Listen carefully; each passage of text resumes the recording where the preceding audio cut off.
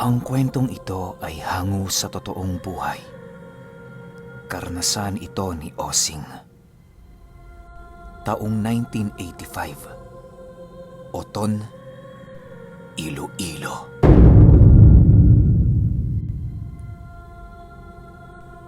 Itong mga panahong ito, kakauwi lang ni Osing sa Iloilo. Tubong Iloilo ang kanyang mga magulang, subalit hindi siya doon lumaki. Sa ilang araw niyang pananatili sa kanilang bahay, mariin siyang pinaalalahanan ng kanyang mga magulang na iwasang makipag-usap kung kani-kanino. Hindi niya umano magugustuhan ang mga pag-uugali ng mga tao roon at sa kung ano ang kaya ng mga itong gawin sa kanya. Kapag naglalakad noon si Osing, hindi siya nilulubayan ng kanyang batang kapatid. Madungis man ang itsura nito, ginagalang yon sa kanilang lugar. Kapag kasama ni Osing ang kanyang kapatid o kahit sino man sa kanyang pamilya, walang nakakalapit sa kanya sa kanilang baryo. Isang araw, habang siya ay nakatambay sa labas ng kanilang bahay, biglang lumapit sa kanya ang kanyang ama. Meron itong suot-suot na salakot at pambukid ang buong kasuotan nito. Osing, may ginagawa ka ba? Samahan mo nga ako. May pupuntahan tayo. Wika ng kanyang ama. Sige ho, tay. Wala naman akong ginagawa eh. Matapos nilang mag-usap, agad din naman silang nag-umpisang maglakad patungo sa baryo. Akala ni Osing meron silang bibilhin noon. Subalit pagdating nila sa sentro, nilahad sa kanya ng kanyang ama na tutungo sila sa kaibigan nito. Ilang minuto pa ang lumipas, narating na nga nila ang isang malaking tahanan na merong ikalawang palapag. Alam ni Osing na mayayaman ang nakatira sa lugar na yon sa kadahilan ng napakaganda ng pagkakatayo ng bahay nito. Ilang ulit na niyang nasilayan ang lugar na yon, subalit hindi niya pa nagagawang makapasok roon. Eliseo! Magandang hapon sa inyo! Maaari ba kaming pumasok dyan? Wika ng kanyang ama habang kinakatok ang pintuan ng bahay. Maya-maya pa, bigla naman itong binuksan ng kasambahay ng may-ari upang sila ay papasukin. Pasok ho kayo, Tandang Ignacio. Naghihintay na ho sa inyo sa sala ang aking mga amo. Bungad na wika ng kasambahay. Nang marinig ito nila Osing, agad din naman silang pumasok ng walang pagdadalawang isip.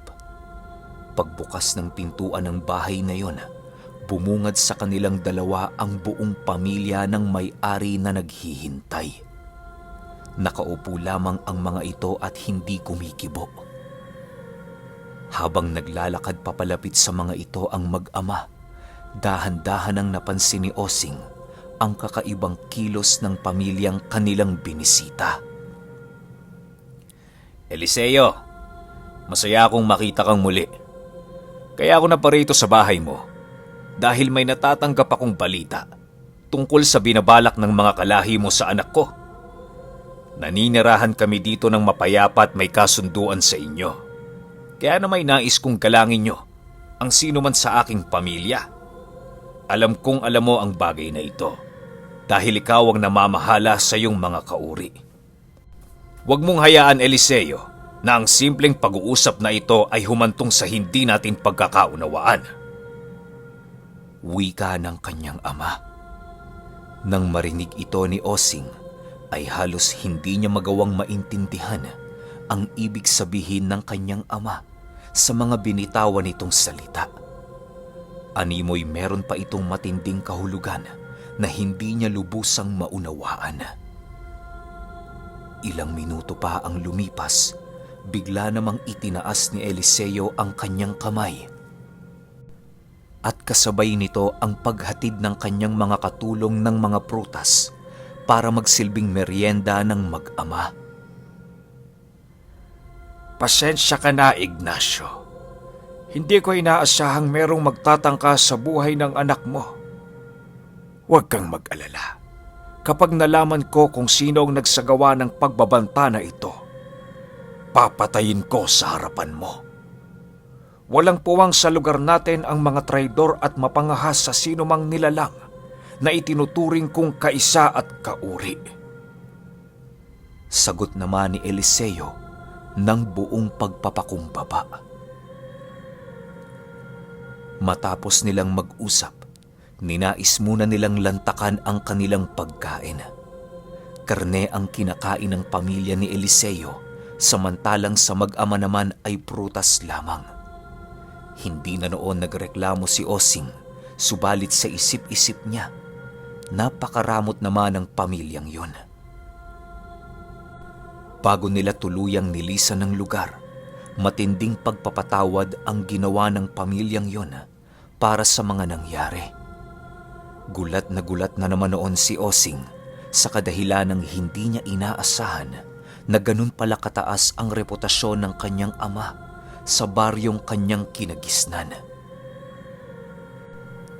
Habang sila ay naglalakad papauwi sa kanilang bahay, panay naman ang pagtatanong ni Osing tungkol sa mga nangyari.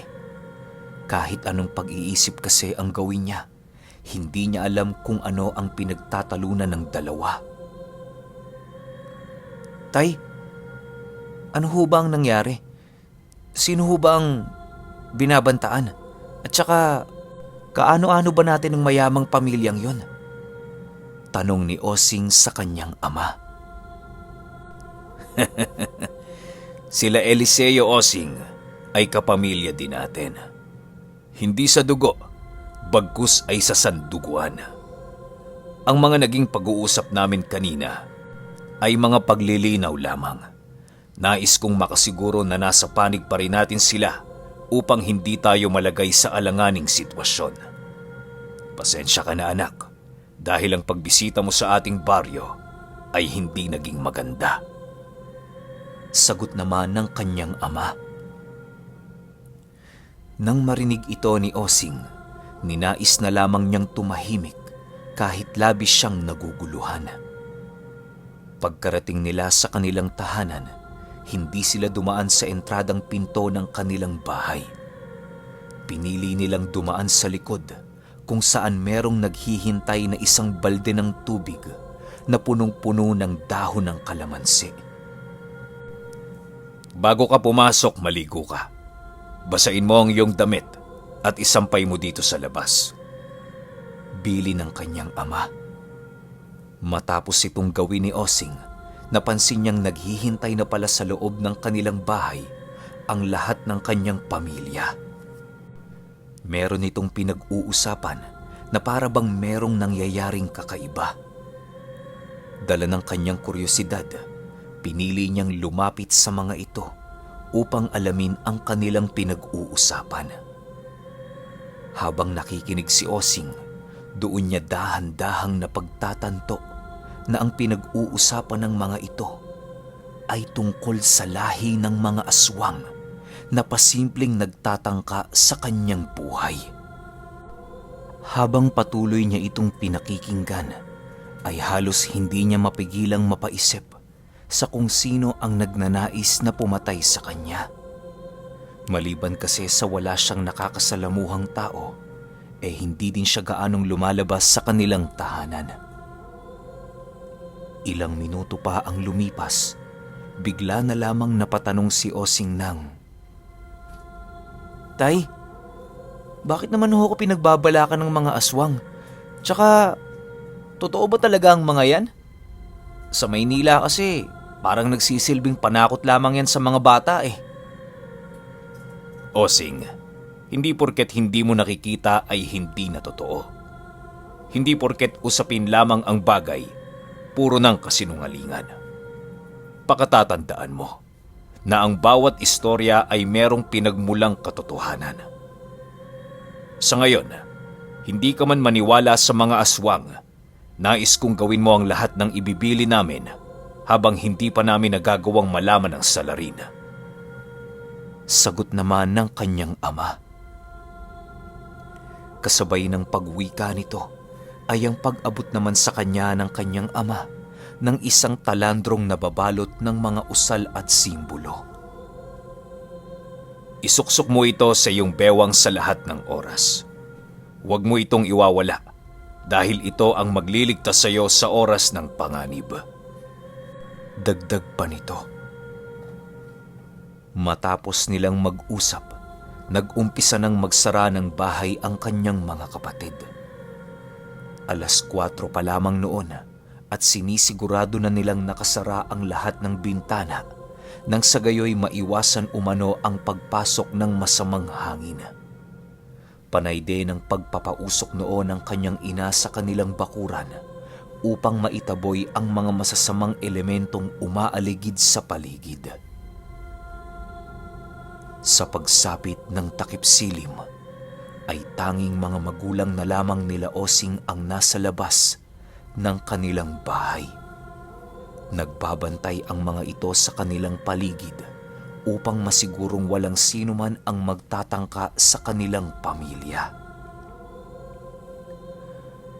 Habang nakaupo si Osing sa sala, panay naman ang pagtanong niya sa nakababata niyang kapatid sa kung ano ang ginagawa ng kanilang mga magulang. Unang beses niya kasi itong nakita, kaya na may labis niya itong ipinagtataka. Hayaan mo lang sila, inay, kuya. Ginagawa nila yan para panatilihin kang ligtas sa ating tahanan. Ganyan din ang ginawa namin noong minsang bumisita ang pinsan nating galing Antique. Sagot naman ng kanyang kapatid. Dagdag pa nito na ang pagbabantay na ginagawa ng kanilang mga magulang ay para maipakita sa mga aswang na wala silang kinatatakutan. Marami na ding napatay ang mga magulang ni Osing na iba't ibang lahi ng mga aswang at mga engkanto. Hindi ka ba nagtataka, kuya, kung bakit ginagalang ang ating pamilya sa baryong to? Dagdag na tanong ng kanyang kapatid. Hindi na ako nagtataka dahil alam ko na marami na siyang kakilalang mayayaman kaya tayo ginagalang. Sagot naman ni Osing. Nagkakamali ka, kuya. Kaya tayo ginagalang sa lugar na to dahil tayo lang ang pamilyang walang dugong aswang na nakatira rito. Lahat sila ay takot sa atin dahil sa taglay nila amang malalalim na karunungan. Marahil ay hindi mo napapansin ang pag-aaligid dito ng mga aswang dahil ikaw ay baguhan pa lamang. Sagot naman ng kanyang kapatid. Nang akmang sasagot pa si Osing, bigla na lamang silang natigilan nang narinig nilang merong kinakausap ang kanilang ama. Dala ng kuryosidad ni Osing, pinilit niyang maglikha ng maliit na siwang sa kanilang dingding upang masilayan ang mga kaganapan sa kanilang bakuran. Pagsilay niya sa siwang na yon, laking gulat na lamang niya nang masipat niya ang kanyang ama't ina na pinaiikutan ng mga nilalang na bagong-bago sa kanyang paningin. Paglalarawan ni Osing sa mga ito, meron itong mapuputlang mga balat, mapupulang mga mata, matatalas na mga kuko at napakaraming pangil sa bunganga. Mahahaba din ang mga binti nito na animoy kayang tumalon ng ilang dipa. Dagdag pa niya na halos nasa 20 nilalang ang nasa labas ng kanilang bakuran.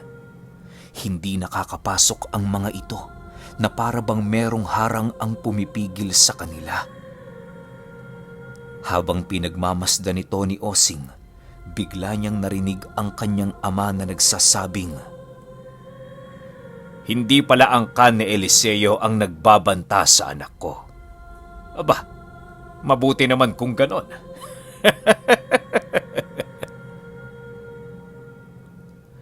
Kasabay ng pagwika ng ama ni Osing, ay siya namang pagtayo ng kanyang ina upang maghanda sa mga maaaring mangyari.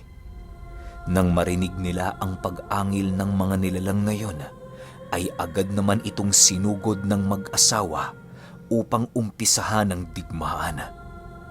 Subalit bago pa man sila lumapit sa mga ito, laking gulat na lamang ni Osing nang biglang merong sumunggab sa mga nilalang na malaaso ang kaanyuan. Kagaya ng mga ito, ay meron din itong nanlilisik na mga mata, subalit nagdadala yon ng isang napakabahong simoy ng hangin. Nang makita ito nila Ignacio, pinili nilang tumigil sa kanilang kinaroroonan upang pagmasdan ng mga pangyayari. Maya-maya pa, biglang merong humarap sa kanilang isang aswang na dahan-dahang nagbabago ng kaanyuan. Ignacio, pasensya ka na sa aming pangingialam. Hayaan mong kami na ang pumatay sa mga demonyong ito para namang kahit papaano'y patas na tayo. Wika ni Eliseo. Nang marinig ito ng ama ni Ignacio, bigla na lamang niyang inihipan ang apoy na naroon sa dulo ng kanyang tungkod. Ang kanyang asawa naman ay dahan-dahan ang itinago ang kanyang hawak na kawayan na nagliliwanag. Matapos nila itong gawin, agad din naman silang bumalik sa kanilang kinauupuan upang pagmasdan ang buong paligid. Maya-maya pa, bigla na lamang nawala sa paningin ni Osing ang mga nilalang na naglalaban. Hindi na niya ito nagawang sundan ng kanyang paningin dahil sa napakadilim na ng paligid. Nang masipat niyang papasok na ang kanyang ama't ina, ninais niyang takpan ang siwang na yon upang hindi nito malaman na nanonood siya. Subalit ang ginawa niyang hindi pagsabi sa mga ito ng kanyang ginawa ay isa palang napakalaking pagkakamali. Kinaumagahan, paggising ni Osing, bigla na lamang niyang naramdaman ang bigat ng kanyang buong katawan. Sa sobrang bigat nito, hindi niya nakakayang igalaw ang kahit isa sa kanyang mga daliri. Kahit anong pilit ni Osing na gawin ng bagay na yon, ay talaga namang napaka-imposible nito para sa kanya. Nang wala na siyang maisip na paraan, doon na siya nag-umpisang humingi ng tulong sa kanyang mga magulang. Pagkaalam nito ng kanyang sinapit, ay agad naman siyang pinainom ng langis upang maibsan ang kanyang paghihirap. Naibsan naman ito ang bigat ng kanyang pakiramdam, subalit hindi din yon tumagal. Habang patuloy na lumilipas ang oras, paiba-iba na ang nararamdaman ni Osing sa kanyang katawan. Paminsan-minsan, hindi niya napipigilang sumigaw, gawa ng nakakaramdam siya ng mga hayop na gumagalaw sa ilalim ng kanyang tiyan at dibdib. Animoy meron doong napakalaking sawa na nagpupumilit lumabas at kumawala. Nang malaman yon ng kanyang ama, doon pa lamang nito nakumpirma na maaaring nabarang si Osing ng isang aswang na nakaharap nila noong gabi. Osing, umaming ka nga. Sumilip ka ba kagabi? Galit na tanong ng kanyang ama. Pasensya na ho, tay. Hindi ko sinasadya. Sagot naman ito. Nang marinig ito ng kanyang ama, tanging pagmumura na lamang ang nagawa nito. Sa puntong yon, doon na niya nakumpirma na maaaring nalagyan nga ng sumpa si Osing ng gabo ng kanilang nakaharap. Dahil sa mga nalaman ni Ignacio, labis-labis lamang ang kanyang pagkagalit sa angkang sinubukang lipulin nila Eliseo. Halos hindi niya akalain noon na meron palang natatangi sa kanilang kaaway na ang tanging pakay lamang ay si Osing. Alam niyang isang pinuno ang nagbigay ng sakit na yon sa kanyang anak sa kadahilan ng walang kakayahan ang mga galamay nito na gumawa ng usal para sa pagpapakapit ng sakit sa ordinaryong tao. Ayon kay Ignacio, na ang kadalasang kinakapitan ng ganong sakit ay ang mga taong walang puder o bakod sa kanilang mga katawan. Simpleng sumpa lamang yon, Subalit nagdudulot ito ng pinsala at kamatayan sa mga taong walang alam sa lihim na karunungan. 2 araw lang din ang itatagal ng sumpang yon bago tuluyang lamunin ng serpenteng napaloob sa katawan ng biktima ang lahat ng kanyang kinakailangan upang mabuhay sa lupa. Dagdag pa nito, nakilala ang sumpang yon sa kanilang pamilya bilang agak. Nasa dialekto ng Engkanto ang salitang yon na ang ibig sabihin ay espiritual na lason. Sa pagsapit ng hapon noong mismong araw, napagpasyahan ni Ignacio na dalhin si Osing sa bahay nila Eliseo. Humingi siya ng tulong upang magawa niyang matunton ang kinaroroonan ng lahing yon sa loob ng napakaiksing panahon. Hindi naman siya binigo ng kanyang kaibigan at sinamahan siya nito ng buong puwersa. Kasakasama nila noon ang mga malalakas na tauhan ni Eliseo upang masiguro ang kanilang kaligtasan. Pagdating nila sa isang malaking sapa, bumungad sa kanila ang isang maliit na sityo na pinaghihinalaan nilang pugad ng kanilang mga kaaway. Walang sabi-sabi, agad itong tinungo ni Ignacio habang akay-akay ang kanyang anak. Nakaalalay lang naman noon ang kanyang asawa upang paghandaan ang mga pangyayaring hindi nila inaasahan. Maya-maya pa, bigla naman silang sinalubong ng mga matatanda sa lugar na yon habang nakangiti. Anong pakay niyo dito, Ignacio? Tanong ng supremo ng kanilang lugar. Tinatanong mo ko kung anong pakay ko? Sa sinabi mong yan, parang pinapalabas mong wala kang kaalam-alam sa mga kaganapan noong nagdaang gabi. Bueno, dahil hindi mo alam, hayaan mong ipaalam ko sa iyo. Kaya ako naparito dahil meron sa iyong pamilya ang nagbigay ng agak sa aking anak. Bawiin niyo ito bago pa dumanak ang dugo sa lupang kinatatayuan ninyo. Pagbabanta ng ama ni Osing. Nang marinig ito ng matanda, tumawa lang naman ito habang dahan-dahang nagiging seryoso. Maya-maya pa, bigla nitong ikinumpas ang kanyang kanang kamay at kasabay nito ang paglabas ng isang binatilyong pinaghihinalaan ni Ignacio na nagbigay sakit sa kanyang anak. Parehong-pareho kasi nito ang esensya ng agak na dumadaloy sa katawan ni Osing nang minsan niya itong tangkaing gamutin. Matapos itong masilayan ng kanyang ama, dali-dali naman siya nitong ibinigay sa kanyang ina upang siya ay mabantayan ng maigi. Matapos itong gawin ng kanyang ama, bigla na lamang itong sumugod sa kinaroroonan ng mga nilalang nang walang pagdadalawang isip. Nalalapit na dinoon tumalikod ang haring araw sa kalupaan, kung kaya't hindi naging mahirap para sa kanilang mga kaaway ang magbago ng kanilang kaanyuan. Nang masipat ni Eliseo ang pagsugod ng kanyang kaibigan, agad din naman nila itong sinundan para alalayan. Paglapat ng tungkod ni Ignacio sa tubig, bigla namang lumiyab ang dulo nito na siyang labis na ikinagulat ng mga aswang sa paligid.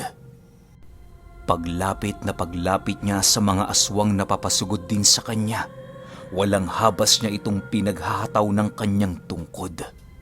Sinasabayan niya din yon ng mga pamakong usal upang hindi na magawa ng mga itong makalaban. Kapag humahandusay ang mga aswang sa lupa, walang awa itong hinahampas ni Ignacio ng kanyang nagliliyab na tungkod. Matapos niya itong gawin, agad namang nalulusaw ang mga aswang hanggang sa kalansay na lamang ang matira sa kanilang mga katawan. Sa pagpapatuloy ng digmaan, kitang-kita ni Osing ang pagkalagas ng iilan sa mga kasamahan ni Eliseo. Sa sobrang dami kasi ng mga nilalang sa paligid noon, hindi nagiging sapat ang bilang ng mga kaibigan ng kanyang ama.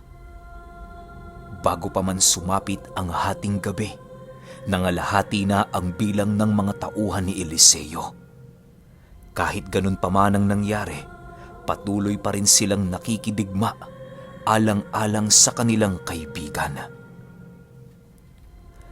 Pagpatak ng alauna ng madaling araw, bigla na lamang nag-anyong tao ang lahat ng aswang sa paligid habang dahan-dahan silang nanghihina. Nagtangkapang tumakbo ang anak ng supremo ng lahi na yon, subalit nagawa siyang abutan ni Ignacio. Bawiin mo ang sumpang ibinigay mo sa anak ko!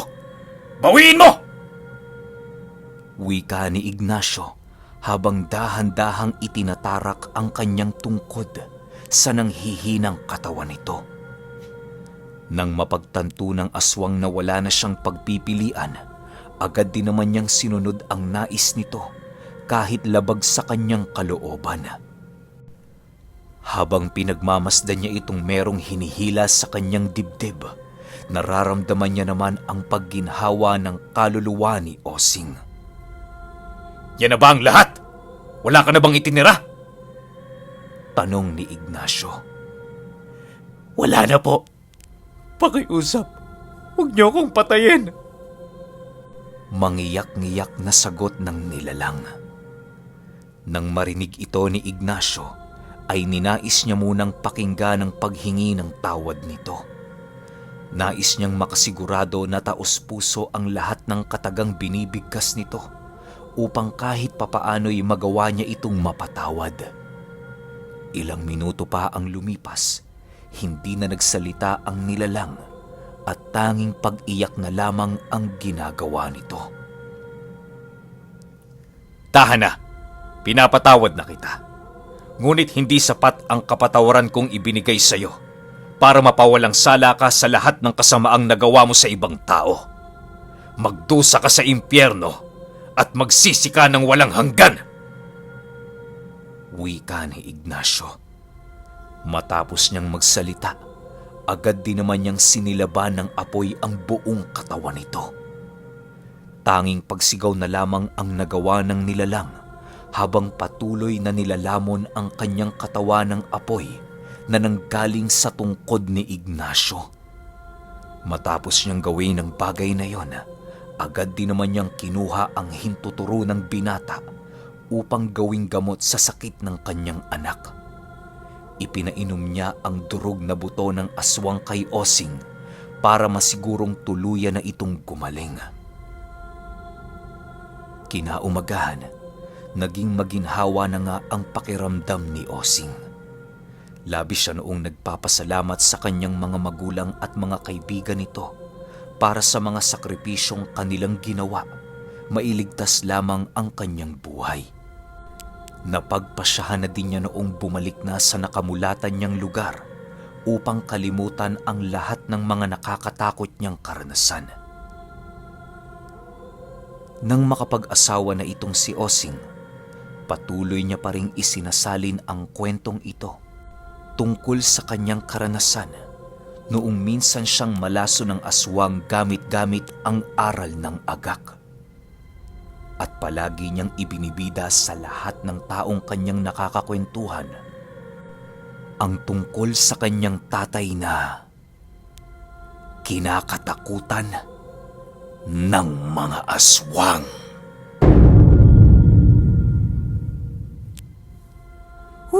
Okay, grabe lupit ng kwento na to. Isipin nyo. Kayo lang yung pamilyang hindi aswang doon sa isang buong baryo. Tapos lahat ng aswang na nakatira doon takot sa pamilya ninyo. Isipin nyo kung gaano kayo kaastig, gaano kayo kaangas, kung gaano kalakas yung aral na taglay-taglay ninyo para katakutan kayo ng ilang pamilyang aswang na naroon. Tsaka diba may pinuntahan pa silang ibang lugar tapos kilala pa rin yung tatay niya hanggang doon. Grabe, sana series no? Tas alam niyo yung bawat sitio ng lugar kilala talaga siya tas takot talaga lahat. Pag may sakit sa lugar nila sa kanya lumalapit. Kaso wala, isang kwento lang eh. Pero kayo, kung may opinion kayo sa kwentong ito, i-comment nyo lang sa baba. Yun lang. Hanggang sa susunod na kwento. Salamat.